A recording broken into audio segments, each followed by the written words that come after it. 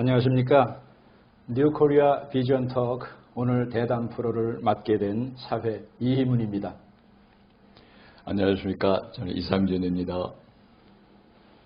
예, 오늘 저희 뉴코리아 비전 토크 대담 프로에 2019년 들어서 새해 첫 게스트로 우리 이상준 회장님을 모셨습니다.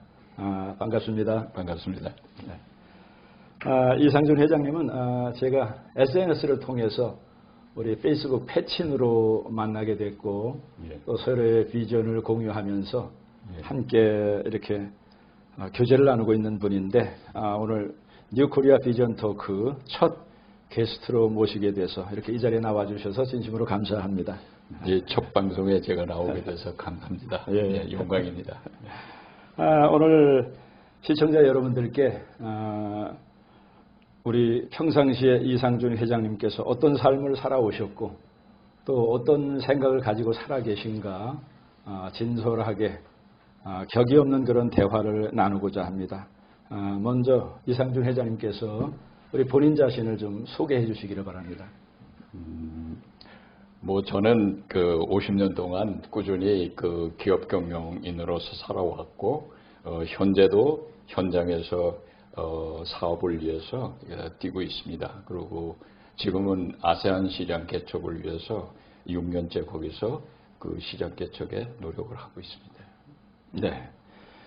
제가 알기로 우리 이상준 회장님께서는 우리 삼성에서 IT 개발이나 퍼스널 컴퓨터 그리고 또 국책 사업인 전자정부 초창기부터 그 많은 관심을 가지고 또 지대한 공로를 가지신 그런 분으로 알고 있는데 또 지금 현재 하시고 있는 그런 사업도 거기에 연장선상에서 그런 사업을 하시고 계신다는 것으로 알고 있습니다. 그래서 그 사업에 대해서 간략하게 좀 소개를 해 주시기 바랍니다.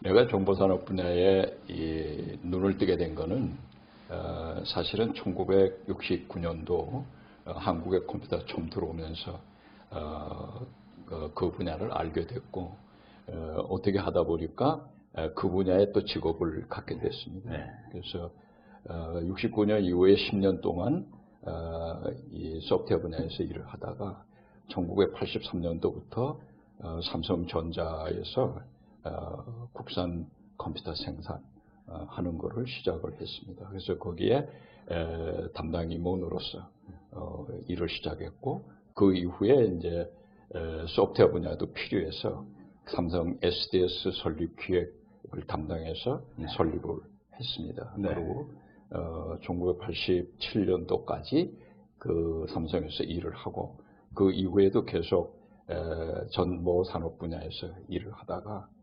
지금 한 7년 전부터는 동남아 시장 개척을 위해서 현장에서 일을 하고 있습니다. 네. 제가 외국에 한 오래 살면서 한국의 전자 산업이 발달했고 또 세계에서 이름이 알려진 것을 익히 알고 있었지만은 그 아세안 모임 부산에서인가요? 2000년대 초반이죠. 아세안. 네네. 예. 우리 그때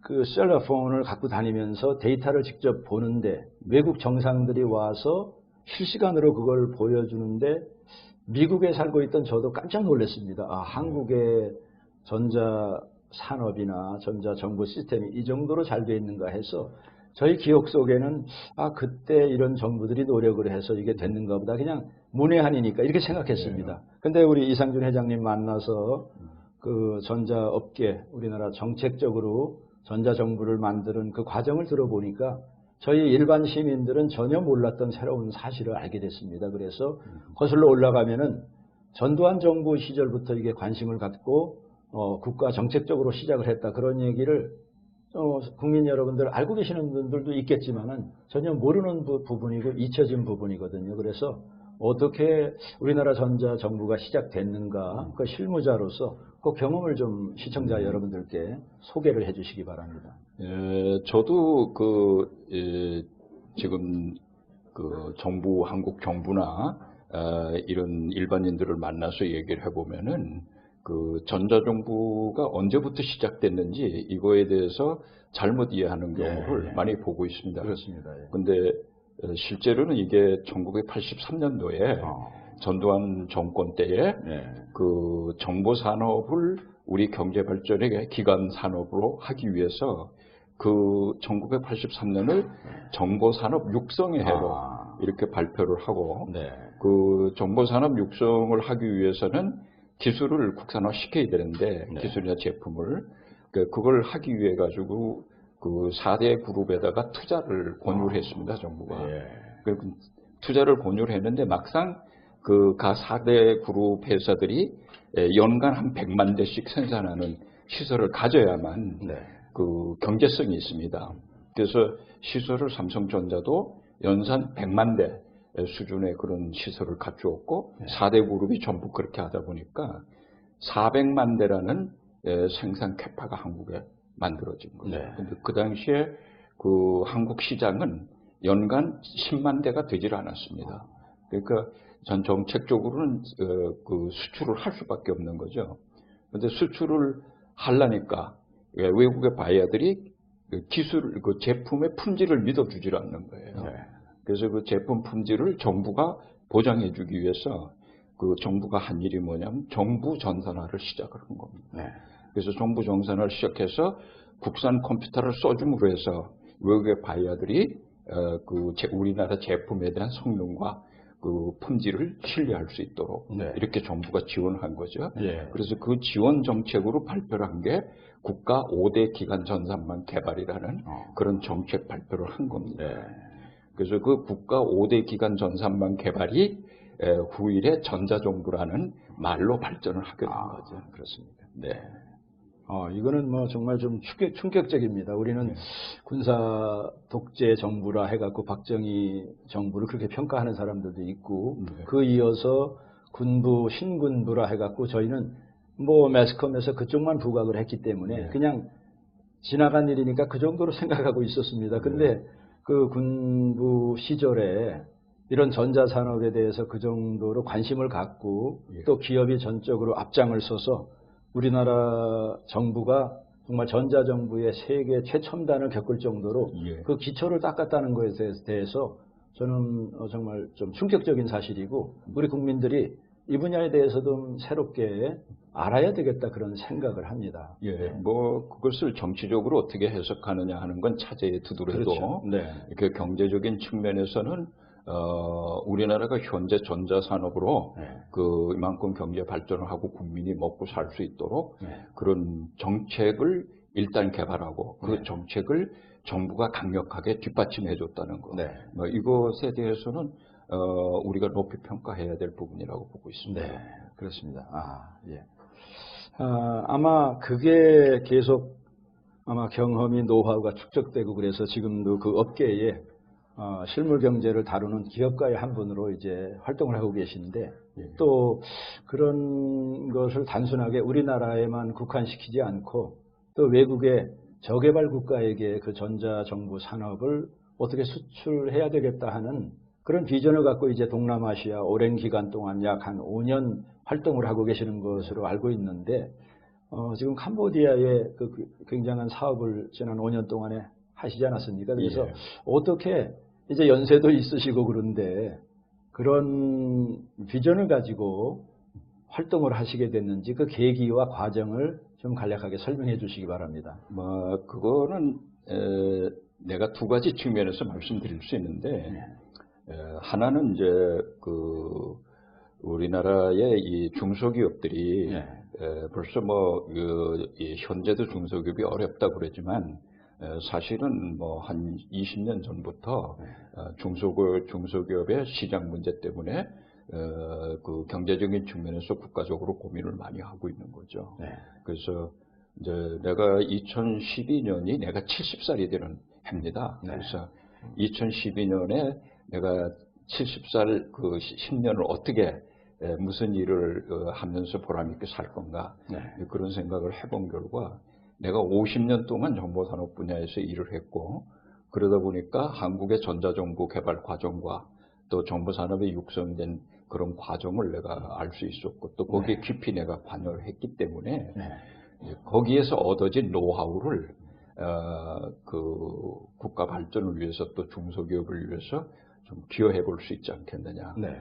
그런 차원에서 이제 그동안 우리나라 정보산업 역사를 책으로 네. 제가 썼습니다. 그래서 그걸 가지고 이제 캄보디아 정부에 네. 접촉을 해서 캄보디아 정보산업 육성에 대한 우리의 노하우를 그 캄보디아 정보산업 육성을 위해서 제공을 해주고, 그렇게 해서 캄보디아가 그 정보산업 정책을 개발하면 네. 거기에 한국 기업들이 참여할 수 있도록 네. 그렇게 하고, 그 나라에는 정보산업을 통해서 우리와 같이 경제 발전을 이룩할 수 있게, 그래서 양국이 윈윈할 수 있는 네. 그런 모델을 제시를 했죠. 네. 그래서 그게 한 6년간 지금 노력한 결과에 의해서 작년에 정부의 한 부분을 포괄적으로 우리가 그 전자정보 개발하는 계약을 했습니다. 네. 그래서 아마 이게 이제 캄보디아 정부 전체에 파급이 될 거고, 그렇게 되면 한국의 중소기업들이 거기에 진출할 수 있는 길이 열리리라고 봅니다. 네. 그리고 이제 여기 캄보디아에서 성공한 이 모델을 가지고 한국 정부가 좀 앞장을 서서 네. 동남아시아 다른 나라에도 우리 기업들이 진출할 수 있도록 그런 정책 개발과 그걸 집행할 수 있는 시스템을 좀 구축해서 해주기를 바랍니다. 예.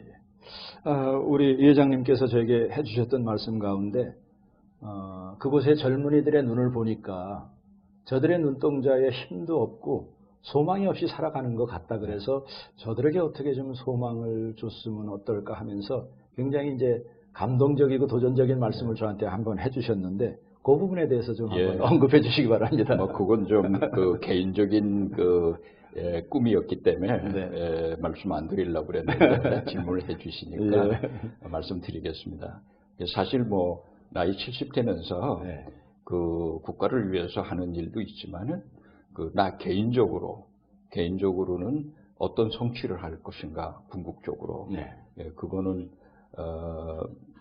한국 젊은이들이나 그 캄보디아의 젊은이들이나 그 직업이 없으면은 희망을 가질 수가 없는 거죠. 그렇지. 희망을 가질 수 없는 사람은 열정도 표현할 수가 없는 거고. 그래서 이걸 통해서 과거에 우리 한국이 일자리를 많이 만들었기 때문에 캄보디아에서 이걸 통해서 일자리를 만들어서 젊은이들에게 직업을 줌으로 해가지고 그들이 희망을 가지고 그 열정을 쏟으면서 살 수 있게끔 이렇게 그 젊은이들에게 꿈을 심어주고 싶다. 그런 생각은 내 개인적으로 가지고 있는 바람입니다. 제가 참 감동적으로 들었습니다. 요즘에 우리 정말 젊은 사람들에게 꿈이 있는가 그런 생각을 많이 품게 하는 그런 세태인데, 우리 은퇴 연령이 훨씬 지났음에도 불구하고 현역 이상으로 열정적으로 뛰시는 모습을 보면서 제가 한번 질문을 여쭤봤습니다. 지금 이제 대한민국의 여러 가지 일어나는 상황을 보면서 가장 젊은이들에게 관심이 있는 게 바로 이제 일자리입니다. 그래서 우리 대한민국 내에도 어느 정권이나 일자리를 많이 만들어서 경제를 활성화시키고 경기 부양해야 되겠다 하는데 뭐 전 세계적인 지금 관심사라고 생각합니다. 그래서 현 정권이 과거의 정권에 비해서 과연 새로운 정부로 들어서서 경제정책에 많은 공약을 내세웠고 또 그 중에 일부를 진행시키고 집권 3년차가 됐기 때문에 이제는 어느 정도 되돌아가야 될 그런 입장입니다. 이번에 문재인 정부에서 새로운 또 비전을 제시하지 않았습니까? 근데 그때 어떤 한 기자가 그렇게 당당하게 자신 있는 이유가 뭡니까? 근거가 뭡니까? 라고 말했는데 그게 하나가 굉장히 핫 이슈가 됐죠. 저는 충분히 질문 가능한 질문이라고 생각합니다. 근데 거기에 대한 태도가 어떻다 하면서 거기에 대해서 오히려 좋지 않게 바라보는 시선도 있었고, 그런데 기자가 그런 질문을 하게 된 것은 그냥 대통령을 공경에 빠뜨리려고 했다고 생각하지는 않습니다. 국민들이 대통령이 그 정도 자신 있으면 근거를 제시하고 국민을 설득하든지 아니면 잘못이 있으면 잘못을 인정하고 새롭게 수정을 해야 되는데 그런 근거가 없는데도 또 이런 공약을 한다 하는 느낌을 가지고 전 했다고 이렇게 생각합니다. 그리고 그것이 뭐 신성 불가침도 아니고 대통령 불경죄도 아니라고 생각합니다. 그런데 그것에 대해서 너무 과민 반응을 보이는 것을 보면서 우리 실물 경제를 지금도 다루고 계시는 우리 이 회장님께서 현 정권이 어떻게 경제 정책을 펼치고 있고 또 이런 정권에 대해서 좀 어드바이저를 준다면은 어떤 부분에 어드바이저를 하실 수 있는가 그 부분에 대해서 좀 집중적으로 말씀해 주시기 바랍니다. 아마 지금 현 정권이 제시한 그 경제 이슈 중에서 뭐 여러 가지 정책이 나오고 있는데 그 정책이 결과적으로 귀착될 부분은 일자리를 만드는 거라고 네. 봅니다. 네. 근데 일자리를 그 뭐 150만 개 만들겠다 하는 그 목적 자체야 우리 이 현실에서 가장 필요한 이야기를 한 게 아니겠습니까? 네. 근데 문제는 그 150만 개를 만드는 방법에서 네. 좀 잘못 이해된 부분이 있지 않느냐 네. 이렇게 보고 있습니다. 네. 그 중에 특히 공직 81만 개를 이 81만 명을 채용하겠다 네. 하는 것은 그 당시에 우리 공무원들이 그 숫자가 미처 100만 명이 안 됐습니다. 근데 전체 공무원이 100만 명이 안 되는데 공직을 81만 명을 채용하다 한다 하는 것은 현실적으로 모순이 있는 거죠. 그래서 이거는 그걸 해결하는 방법에서 잘못된 게 아니냐. 네. 네, 이렇게 제가 평가하고 싶고, 네. 그 다음에 거기에서 벤처기업을 또 얘기를 했는데, 벤처기업이라는 것은 이미 한 3, 40년 전부터 한국에서 벤처기업이라는 건 실패를 했습니다. 네. 그래서 직장을 만들기보다는 오히려 젊은이들을 신용불량자로 만들어버리는 그런 결과가 됐죠. 네. 그래서 벤처기업을 한국에서 그냥 과거와 같이 답습한다는 것은 또 젊은이들을 신용불량자라는 시궁통으로 이 말하자면 함정으로 네. 집어라는 결과가 될 겁니다. 네. 그래서 현 정부에 제가 얘기를 한다면 어차피 우리는 지금 그 3D 이 직업을 창출해 가지고는 젊은이들이 거기에 갈 수가 없습니다. 네. 그래서 더 높은 그런 이 수준 있는 자리를 만들려면은 결국 해외 시장을 개척해야 됩니다. 네.